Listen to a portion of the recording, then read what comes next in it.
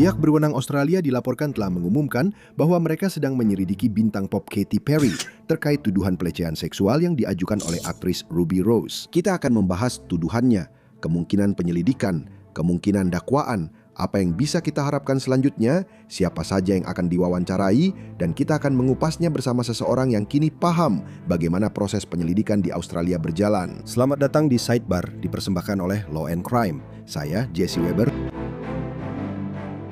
Tuduhan selebriti yang cukup luar biasa kini menjadi berita utama. Aktris Ruby Rose telah menuduh penyanyi pop Katy Perry melakukan pelecehan seksual di sebuah klub malam di Australia sekitar 20 tahun yang lalu.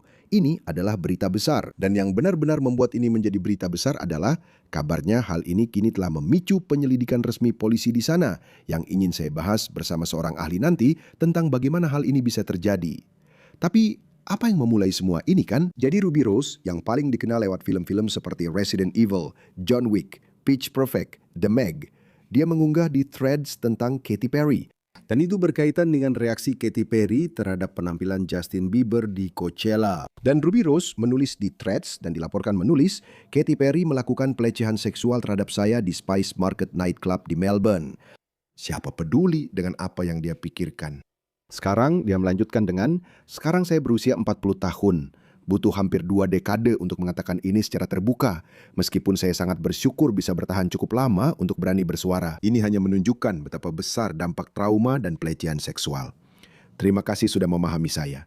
Sekarang masih banyak lagi yang akan saya bahas di sini, tapi memang begitu. Seorang perwakilan untuk Katy Perry membalas dalam sebuah pernyataan, mengatakan bahwa tuduhan yang beredar di media sosial oleh Ruby Rose tentang Katy Perry tidak hanya sepenuhnya salah, tetapi juga merupakan kebohongan yang berbahaya dan ceroboh. Nona Rose memiliki riwayat yang sudah terdokumentasi dengan baik dalam membuat tuduhan serius di media sosial terhadap berbagai individu. Klaim-klaim yang berulang kali telah dibantah oleh orang-orang yang disebut itu. Sekarang saya tidak percaya itu merujuk langsung pada sesuatu yang spesifik, tapi untuk memberikan sedikit konteks di sini, beberapa tahun yang lalu Ruby Rose meninggalkan acara Bad Woman di CW dan membuat tuduhan tentang lingkungan kerja yang tidak bersahabat dan pelanggaran, menargetkan produser serta eksekutif. Yang omong-omong, Warner Brothers saat itu merespons dengan mengatakan bahwa ini adalah bentuk dari apa yang mereka sebut sejarah revisionis. Dia mengklaim bahwa dia diberhentikan, bahwa dia dipecat dari proyek ini, kutip, berdasarkan banyak keluhan tentang perilaku di tempat kerja. Tapi saya ingin kembali ke Ruby Rose dan Katy Perry. Jadi dalam postingan lain, Rose menuduh bahwa Perry, kutip, melihat saya sedang beristirahat di pangkuan sahabat saya. Untuk menghindarinya, dia membungkuk, menarik pakaian dalamnya ke samping dan menggosoknya. Menjijikkan, katakan saja bagian pribadi di wajah saya, sampai mata saya terbuka lebar dan saya muntah ke arahnya. Sangat deskriptif, sangat spesifik, oke? Sekarang, Rose juga memposting bahwa, kutip, sebagai seorang wanita, karena berbagai alasan, membuka diri tentang kekerasan dan pelecehan seksual antar sesama wanita, tampaknya 100 kali lebih sulit daripada berbicara tentang predator laki-laki, setidaknya bagi saya. Dan kemudian ada pembaruan besar. Rose memposting di threads. Hari ini saya akan pergi ke kantor polisi untuk melihat apakah ada pengalaman saya yang bisa diselidiki. Saya membayangkan kasus-kasus itu sudah melewati masa kedaluarsa, tapi justru itu alasan lebih untuk mencoba. Yang menarik adalah sebelumnya dia pernah memposting bahwa dia tidak tertarik melaporkan ini ke polisi. Sebenarnya dia tampaknya memposting bahwa Perry, kutip, sangat dipersilakan untuk menuntut saya. Dia tidak akan melakukannya karena itu memang terjadi. Saya punya foto-fotonya. Dan itu benar-benar terjadi di tempat umum dan disaksikan oleh banyak orang. Ngomong-ngomong, dari sudut pandang hukum di sini, itu benar. Katy Perry secara teknis bisa saja menuntut Ruby Rose atas sesuatu seperti pencemaran nama baik. Karena hal-hal ini, saya membayangkan dia akan berargumen, menuduh adanya pernyataan publik palsu yang dibuat di media sosial. Jika Rose mengajukan gugatan dengan klaim-klaim ini, dia mungkin tidak bisa dituntut atas pencemaran nama baik. Karena secara umum, jika kamu membuat klaim dalam sebuah gugatan, kamu dilindungi dari tuntutan pencemaran nama baik, kan? Masuk akal.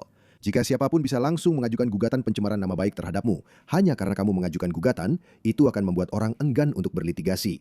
Itu akan membuat siapapun takut untuk pergi ke pengadilan, dan itu tidak masuk akal. Tapi untuk komentar publik yang dibuat Ruby Rose terhadap Katy Perry, ya, apakah ada potensi tanggung jawab hukum? Tentu saja. Saya tidak bilang Katy Perry akan mengajukan gugatan terhadap Ruby Rose, tapi ini hanya sesuatu untuk dipikirkan. Baiklah, cepat saja. Ini untuk kalian para pemilik kucing di luar sana. Siapa sih yang tidak ingin kucingnya sehat dan bahagia, kan? Inilah kenapa saya harus membahas memberi makan kucing Anda dengan Smalls. Kebanyakan makanan kucing di luar sana dibuat dengan bahan pengisi murah, produk sampingan daging, dan bahan buatan. Kesehatan kucing Anda yang jadi taruhannya. Tapi Smalls berbeda. Kenapa? Resep mereka dibuat tanpa pengawet, menggunakan bahan 100% layak konsumsi manusia yang bisa Anda temukan langsung di kulkas Anda. Kucing mengandalkan protein untuk energi. Mereka juga membutuhkan banyak cairan agar tetap sehat dan bugar. Dan untungnya, Smalls mengandung setidaknya 80% protein hewani. Bahan-bahan segar mereka dimasak dengan lembut untuk mempertahankan semua nutrisinya, kandungan cairannya, dan rasanya. 88% pemilik kucing melaporkan bahwa setelah memberi makan Smalls, kucing mereka memiliki pencernaan yang lebih baik, bulu yang lebih berkilau, dan lebih banyak energi untuk bermain. Para ahli juga sangat memuji produk ini. Majalah Forbes menobatkan Smalls sebagai makanan kucing terbaik secara keseluruhan. Para pengulas BuzzFeed melaporkan bahwa kucing mereka sangat menyukai makanan ini. Lihat, kesehatan kucing Anda dimulai dari apa yang mereka makan. Coba Smalls, dapatkan diskon 60% untuk pesanan pertama Anda, plus gratis ongkir dan camilan seumur hidup ketika Anda mengunjungi smalls.com/sidebar. Sekarang saya ingin membahas apa yang saya yakini sebagai tanggapan terbaru dari Ruby Rose yang diposting secara online, kutip, "Hai, pembaruan terakhir tentang ini." Sampai sore ini saya telah menyelesaikan semua laporan saya. Ini berarti saya tidak lagi dapat berkomentar, memposting ulang, atau berbicara secara publik tentang kasus-kasus tersebut atau individu yang terlibat. Ini akan terlihat seolah-olah saya mengabaikan segalanya, mulai dari pesan dukungan hingga pengalaman orang lain. Tapi sebenarnya tidak. Ini adalah permintaan standar dari polisi dan dalam banyak hal cukup melegakan. Saya bisa mulai proses penyembuhan sekarang dan untuk sementara melangkah maju. Saya sangat mencintai kalian semua. Dan tebak apa? Ini adalah kabar terbarunya. Menurut KTLA 5, kutip, tim investigasi kejahatan seksual dan kekerasan terhadap anak di Melbourne, para detektif, sedang menyelidiki kasus kekerasan seksual lama yang terjadi di Melbourne pada tahun 2010. Polisi telah diberitahu bahwa insiden tersebut terjadi di sebuah tempat usaha berizin di CBD Melbourne. Karena penyelidikan masih berlangsung, tidak pantas untuk memberikan komentar lebih lanjut pada tahap ini. Sekarang CBD adalah singkatan dari Central Business District. Dan Perry sendiri untuk memperjelas tidak menanggapi klaim ini. Tapi saya akan mengatakan bahwa sekitar waktu yang sama, pada 14 April dia dilaporkan memposting di Instagram, di sebuah Instagram story dengan tulisan, "Aku mencintaimu." Ini disertai dengan gambar lagunya yang berjudul By the Grace of God. Lagu ini berasal dari albumnya tahun 2013, Prism. Terserah Anda mau mengartikan seperti apa, tapi saya harus menyebutkan ini. Dalam sebuah wawancara dengan The Herald Sun, ini menurut laporan dari Rolling Stone Australia, orang yang disebut sebagai mantan manajer klub malam di Melbourne itu. Spice Market yang sekarang sudah tutup, mengklaim bahwa pada malam kejadian yang sedang dijelaskan oleh Rose, dia tidak mengetahui adanya kejadian seperti itu. Dia mengklaim mereka datang bersama-sama. Mereka juga bersama penata rambut dan make up Katie, serta seorang pria lain yang merupakan teman Ruby. Itu benar-benar mimpi buruk bagi keamanan karena ada 600 orang di sana dan Katie terus keluar dan menari bersama semua orang, bahkan masuk ke tengah-tengah kerumunan. Mereka berada di Genie Bottle, jadi itu rupanya adalah ruang VIP dan mereka minum-minum dan sebagainya. Tapi sebagian besar waktu mereka di sana hanya melakukan hal mereka sendiri. Saya tidak tahu tentang dugaan penyerangan atau ada seseorang yang muntah. Ia mengklaim bahwa Rose dan Perry, kutip, mabuk, tapi, kutip, tidak sampai teler berat atau semacamnya. Keduanya sudah minum terlalu banyak. Untuk menghindari orang-orang mengambil foto mereka dalam keadaan seperti itu, kami mengatur sebuah mobil dan sopir untuk menunggu di luar pintu masuk Collins Street Hotel. Kami mengantar mereka keluar lewat belakang dan naik tangga darurat, lalu memasukkan mereka ke dalam mobil bersama-sama. Ngomong-ngomong, sebelum kita masuk ke penyelidikan dan kemungkinan yang bisa terjadi dari ini, saya harus mengatakan ini dulu. Ini bukan pertama kalinya Ruby Rose menyerang Katy Perry. Tidak. Pada tahun 2017, dia dikabarkan mengkritik lagu Swish milik Perry karena saat itu lagu tersebut dianggap sebagai sindiran untuk Taylor Swift. Dan Rose dikabarkan menulis di Twitter, "Aku hanya berpikir dengan semua yang terjadi di dunia, beralih dari rebranding sebagai aktivis politik, lalu meninggalkannya dan bersikap murahan, itu mengecewakan." Satu hal lagi yang harus aku soroti. Beberapa hal mulai menjadi sorotan atau mendapatkan perhatian baru sejak tuduhan dari Ruby Rose.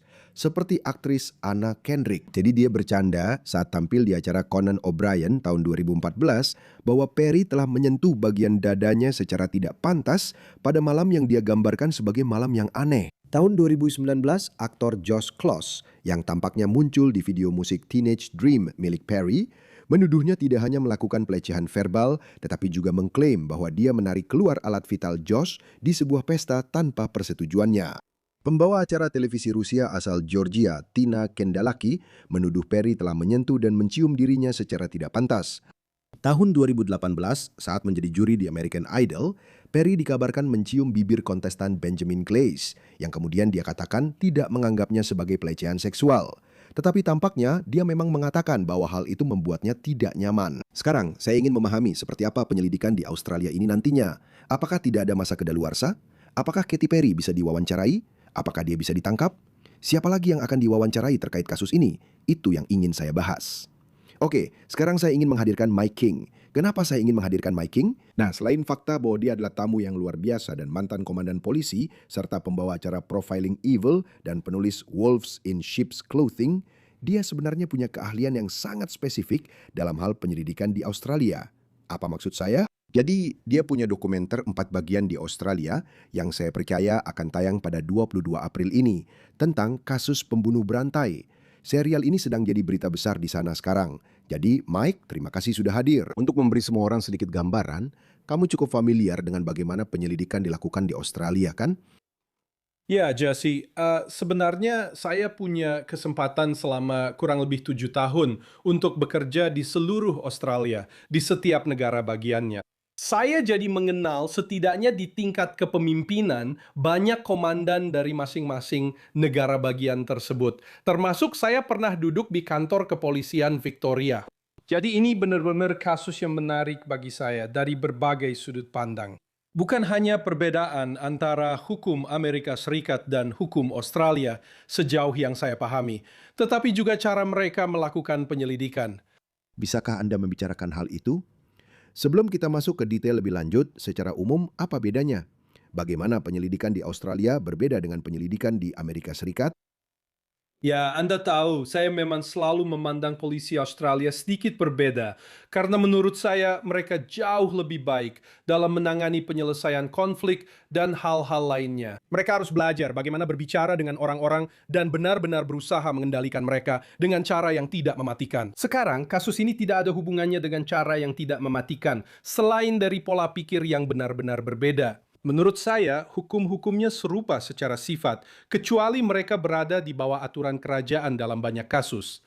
Jadi memang sedikit berbeda, kadang-kadang sulit untuk saya pahami. Tapi ketika Anda masuk ke inti aspek hukum, terutama dalam kasus seperti ini, kekerasan seksual, terlepas dari apakah Anda berada di Australia, Amerika Serikat, atau dimanapun, tetap saja kekerasan seksual. Dan mereka memiliki undang-undang. Mungkin penamaannya berbeda dari cara kita melihat dan mengkategorikan kasus ini. Baiklah, jadi dengan latar belakang seperti itu, rasanya ini adalah hal besar bagi kepolisian Victoria untuk membuat pernyataan ini. Saya akan membacanya sekali lagi.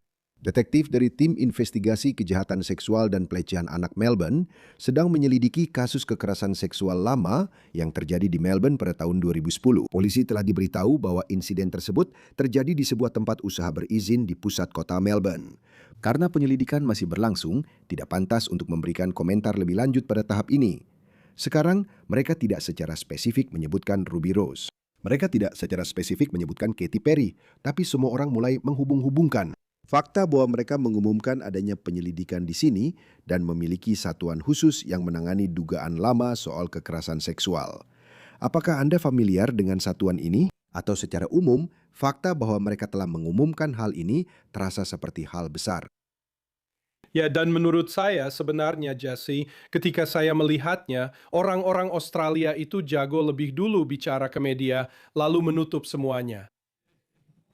Mereka tidak membagikan informasi. Mereka tidak mengatakan, ini posisi kami sekarang. Itu sangat berbeda dengan di sini. Meskipun mereka sangat cepat untuk lebih dulu angkat bicara, mengakui, bahkan menerima beberapa fakta dalam beberapa kasus, tapi tidak membagikan apa yang terjadi dalam penyelidikan yang sedang berlangsung.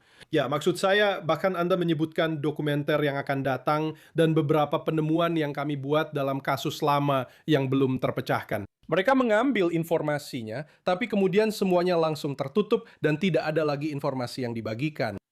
Ini juga cukup menarik karena cara orang Australia berbicara sangat asing bagi banyak dari kita di Amerika Serikat, meskipun kita tentu saja mengerti apa yang mereka katakan, tapi kata-kata yang mereka gunakan bisa berbeda. Jadi ketika mereka mengatakan kasus historis, bagi kita mungkin berpikir, oh ini adalah sesuatu yang memecahkan sejarah. Sebenarnya yang mereka maksud adalah, ini adalah kasus lama atau kasus yang belum terpecahkan, yang kita angkat kembali dari sejarah dan kita tinjau. Dan kita punya kewajiban. Apakah itu karena ketenaran orang-orang yang terlibat, atau hanya karena fakta bahwa mereka memang cukup berpikiran maju ketika berbicara tentang kekerasan seksual? Bahwa mereka sedang menyelidiki kejahatan atau tuduhannya, harus saya katakan. Dan omong-omong, maksud saya, kamu sudah mendengar sedikit dari Ruby Rose, tapi saya sudah melakukan riset sebaik mungkin tentang ini, dan saya bukan pengacara Australia. Sepertinya tidak ada persoalan daluarsa, artinya kasus ini tampaknya tidak kedaluarsa, dan meskipun ini terjadi pada tahun 2010, masih ada kemungkinan tanggung jawab pidana di sini untuk Katy Perry, benar? Maksud saya, kecuali saya melihatnya dengan cara yang salah. Tidak, saya harus setuju dengan Anda soal itu. Dan sekali lagi, saya tidak terlalu memahami kode pidana mereka dengan baik. Tapi kalau saya ingat, sekitar tahun 2007 atau 2009, mereka membuat beberapa penyesuaian pada undang-undang pidana yang memungkinkan pelaporan. Tidak ada daluarsa atau tidak ada batas akhir ketika menyangkut sesuatu yang terus berlangsung. Sekarang, apakah itu akan sangat berpengaruh ke depannya akan menjadi menarik? Karena meskipun mereka mungkin berkata, ya, kami pasti akan membuka kasusnya, kami akan melihatnya, dan kami akan merespons. Itu tidak berarti mereka akan bisa mengumpulkan bukti dari waktu yang sudah lama berlalu, atau bahkan mengandalkan kesaksian saksi dari waktu yang sudah lama juga. Tapi itu membuka peluang. Dan saya bertanya-tanya, apakah ini juga tidak membuka jalan yang jelas bagi seseorang jika mereka memilih untuk menempuh jalur perdata dalam kasus ini daripada jalur pidana? Jelaskan kepada saya seperti apa penyelidikan ini, karena Anda mendengar Ruby Rose, anggap saja ucapannya benar untuk sesaat. Ini adalah tuduhannya. Dia mengklaim bahwa dia pergi ke polisi dan menceritakan pengalamannya. Seperti apa wawancara itu dan apa langkah mereka selanjutnya? Menurut saya, sebagai seorang penyelidik, Anda harus mempertimbangkan pertama, pengungkapan yang terlambat setelah trauma seksual adalah hal yang umum. Dan kita tidak seharusnya langsung berkata, karena itu terjadi 15 atau 20 tahun yang lalu. Dan ada laporan yang berubah-ubah tentang kapan kejadian ini sebenarnya terjadi. Sekarang kita mulai mempersempit pada kesaksian dari misalnya Club Spice tentang kapan peristiwa itu terjadi. Tapi apakah itu benar-benar kejadian yang sama? Kita belum tahu pasti. Tapi kamu harus mempertimbangkan bahwa pengungkapan yang terlambat itu lumrah. Saya rasa hal kedua yang harus kita pikirkan adalah bahwa hal-hal seperti ini membutuhkan waktu bagi orang untuk mengungkapkannya, terutama jika itu adalah pertemuan seksual sesama jenis. Terkadang hal itu sedikit lebih sulit untuk dibicarakan oleh sebagian orang dibandingkan yang lain. Tapi jelas, Anda harus berpikir, oke, kenapa hal ini muncul sekarang? Dan Anda harus mempertimbangkan fakta, apa pemicu interpersonal itu? Peristiwa atau kejadian apa yang terjadi sehingga Ruby Rose berkata, saya sekarang siap untuk melakukannya. Apakah itu hanya reaksi spontan, hey saya akan menyebarluaskan bahwa dia menyerang saya, atau tidak? Kita tidak tahu. Maksud saya, cerita-cerita sebelumnya mengatakan bahwa dia menceritakannya sebagai kisah mabuk yang lucu. Tapi sekarang itu menjadi kasus pelecehan seksual serius terhadap dirinya. Dan Anda harus berpikir, atau mungkinkah ini sebenarnya hanya sudut pandang yang kurang berbaik sangka? Dia benar-benar hanya ingin membalas dendam atau semacamnya. Jadi bagi seorang penyelidik, saat Anda mengumpulkan dan mencoba mencari tahu bukti apa yang Anda miliki, Anda juga harus mempertimbangkan hal-hal seperti itu. Dan tidak ada satupun dari itu yang berarti bahwa ini adalah cerita yang benar atau cerita yang salah. Itu hanya berarti Anda harus memastikan bahwa Anda mempertimbangkan semuanya. Saya percaya bahwa Spice Market, klub malam itu, saya pikir sudah tutup. Saya melihat Instagram mereka dan saya pikir malam terakhir mereka adalah 1 Januari 2026. Yang membuat saya bertanya-tanya, bagaimana mereka mendapatkan semua? Apakah mereka kembali dan mengambil semua rekaman dari tahun 2010? Apakah itu masih tersedia? Zaman yang berbeda, waktu yang berbeda. Rasanya seperti kemarin, tapi juga waktu yang berbeda. Bagaimana mereka melakukannya? Kamu tahu ada seorang mantan komandan polisi Victoria yang sudah pensiun yang muncul di berita Australia membicarakan hal ini waktu itu. Dan saya harus setuju. Pertama, mereka tidak akan mendapatkan rekaman CCTV atau rekaman video dari tempat itu sendiri, kecuali ada seseorang karena ketenaran orang yang ada di sana secara pribadi menyimpan rekaman itu. Saya rasa tidak akan ada catatan resmi dimanapun. Tapi di zaman sekarang ini, di mana orang-orang merekam segala sesuatu dengan perangkat seluler mereka, bisa saja ada beberapa rekaman video pendukung yang memperkuat cerita ini yang akan dilihat dan dipertimbangkan oleh polisi Victoria. Bagaimana mereka bisa mendapatkan itu? Maksud saya, ini kan klub malam. Bagaimana mereka bisa mendapatkan saksi, orang-orang yang ada di sana? Dari mana mereka harus mulai? Ya, menurut saya itu dimulai dari fakta bahwa itu adalah Katy Perry dan Ruby Rose. Dan semua orang pasti akan berkata, oh, saya ingat pernah melihat atau merekam itu, atau menangkap videonya. Dan mereka mungkin akan memilih untuk memberikan pendapat. Bisa juga korban yang diduga dalam kasus ini menghubungi orang-orang yang pernah dia ajak bicara selama 20 tahun terakhir dan berkata, saya ingat itu. Dan mereka bersedia maju dan berkata, ya, saya pernah bicara. Jadi menemukan saksi bahkan dari 20 tahun yang lalu mungkin tidak terlalu sulit, apalagi mengingat ketenaran orang-orang yang terlibat. Bagaimana dengan kesaksian mantan manajer? Apa pendapatmu tentang itu? Pada dasarnya, sekali lagi, dia mengatakan bahwa mereka tampak mabuk, tapi dia tidak pernah melihat apapun, atau tidak pernah diberitahu apapun, atau tidak pernah menerima laporan apapun yang bisa menunjukkan apa yang terjadi atau mendukung klaim Ruby Rose. Bukan berarti itu tidak terjadi, tapi dia adalah mantan manajer. Saya harus mengatakan bahwa dia lebih dapat dipercaya daripada banyak orang lain karena dia tidak punya kepentingan dari satu sisi atau sisi lain dalam diskusi ini. Dan saya benar-benar memikirkannya. Jika seseorang diduga mengalami pelecehan seksual di klub yang dia kelola, saya tidak tahu.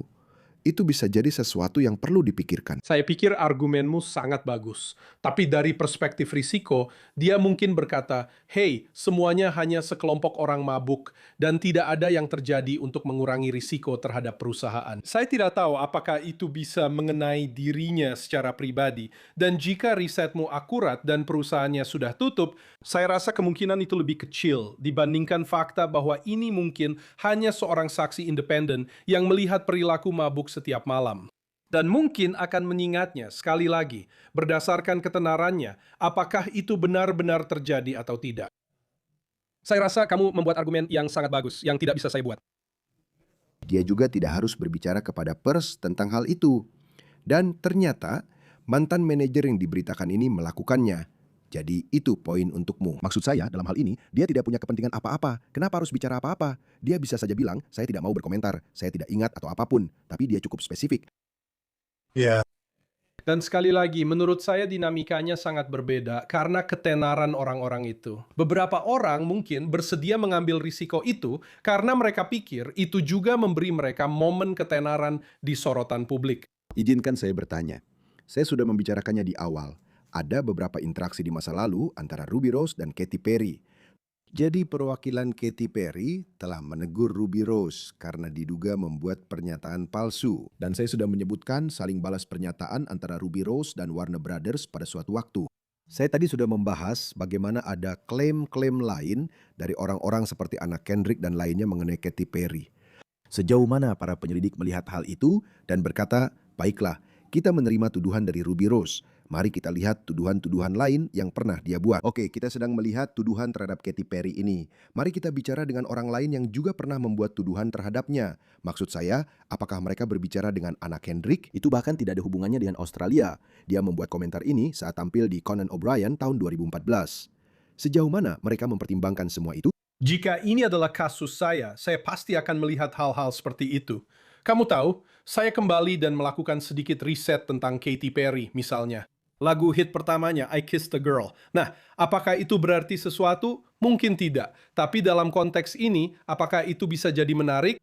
Ya, ketika kamu melihat tuduhan-tuduhan yang muncul dari apa yang tampaknya merupakan perilaku cukup keterlaluan di berbagai tempat, kamu harus mempertimbangkan itu. Saya ingat saat melewati tahap awal mempelajari seni dan ilmu profiling ini, seorang mantan profiler duduk bersama saya, dan dia berkata, ingat saja satu hal sederhana ini. Perilaku di masa lalu bisa memprediksi perilaku di masa depan. Jadi, kamu harus mempertimbangkan perilaku berulang yang dalam banyak kasus mulai terlalu dekat dengan bahaya. Untuk menjawab pertanyaanmu, saya benar-benar ingin mewawancarai masing-masing dari mereka dan bertanya, ceritakan persis apa yang kamu ingat. Bagaimana dengan mewawancarai Katy Perry? Bagaimana caranya? Apakah mereka memintanya datang ke Australia atau mereka melakukan wawancara lewat Zoom? Maksud saya, bagaimana sebenarnya prosesnya? Pertama-tama, saya rasa dia tidak akan setuju untuk berbicara, meskipun mereka memintanya. Tapi di sisi lain, mungkin saja dia merasa harus datang dan membela namanya. Dan dia mungkin saja naik pesawat, pergi ke sana, lalu berkata, saya ingin bicara dengan kalian sekarang juga. Masuk bersama pengacaranya, duduk dan melakukannya. Saya rasa ini bukan jenis kasus yang bisa dibenarkan dengan mengatakan, kami ingin Anda datang ke Australia dan menghabiskan 14 jam di pesawat hanya untuk melakukan wawancara tentang kasus ini. Mereka akan melakukannya lewat Zoom atau sesuatu seperti yang sedang kita lakukan sekarang. Apakah mereka akan datang ke Amerika Serikat? Sangat mungkin, terutama jika mereka terus mendapat banyak tekanan dari komunitas atau warga, media, dan lainnya, serta mereka memiliki orang-orang di sini yang perlu diwawancarai. Mereka mungkin akan berkata, hey, ini layak untuk mengirim salah satu detektif kami naik pesawat dan menerbangkannya ke sini, lalu membiarkan mereka pergi dan berbicara langsung dengan orang-orang secara tatap muka. Saya ingin menegaskan, ini hanyalah tuduhan pada saat ini. Hanya tuduhan yang sedang dihadapi Katy Perry. Kita tidak tahu apakah ada bukti pendukung atau bukti yang menguatkan atau tidak ada sama sekali. Tapi saya harus, saat kita membicarakan ini dan kita membicarakan penyelidikan yang tampaknya sedang dimulai, dari apa yang Anda ketahui tentang prosedur pidana di Australia, bagaimana proses penangkapan dan penuntutan di sana? Itu sangat mirip dengan di sini. Maksud saya, dalam kasus seperti ini, saya rasa mereka hanya akan mengeluarkan dokumen, memberitahu pengacara, dan mengatakan Anda bisa datang menyerahkan diri dan diproses. Saya tidak tahu apakah mereka akan mengizinkan dia diproses secara digital, lalu harus datang untuk proses pidana yang sebenarnya atau tidak. Tapi saya rasa prosesnya akan ditangani seperti di sini. Tapi kita harus ingat, maksud saya, di sini kita mungkin akan mengirim seseorang naik pesawat dan mengekstradisinya kembali jika dia tidak datang sendiri. Benar, itu poin yang bagus. Baiklah, Mike King, mari kita lihat kemana ini akan berlanjut. Terima kasih banyak sudah meluangkan waktu, Pak. Terima kasih, Jesse. Senang bertemu denganmu. Dan itu saja yang bisa kami sampaikan untuk Anda saat ini di Sidebar semuanya. Terima kasih banyak sudah bergabung bersama kami. Dan seperti biasa, silakan berlangganan di YouTube, Apple Podcast, Spotify, atau dimanapun Anda mendapatkan podcast Anda. Anda juga bisa menonton kami di Peacock milik NBC. Jika Anda ingin mengikuti saya di X dan Instagram, serta menyaksikan acara saya di News Nation, Jesse Weber Live, Senin sampai Jumat, pukul 11 malam waktu timur. Sampai jumpa di lain kesempatan, semuanya.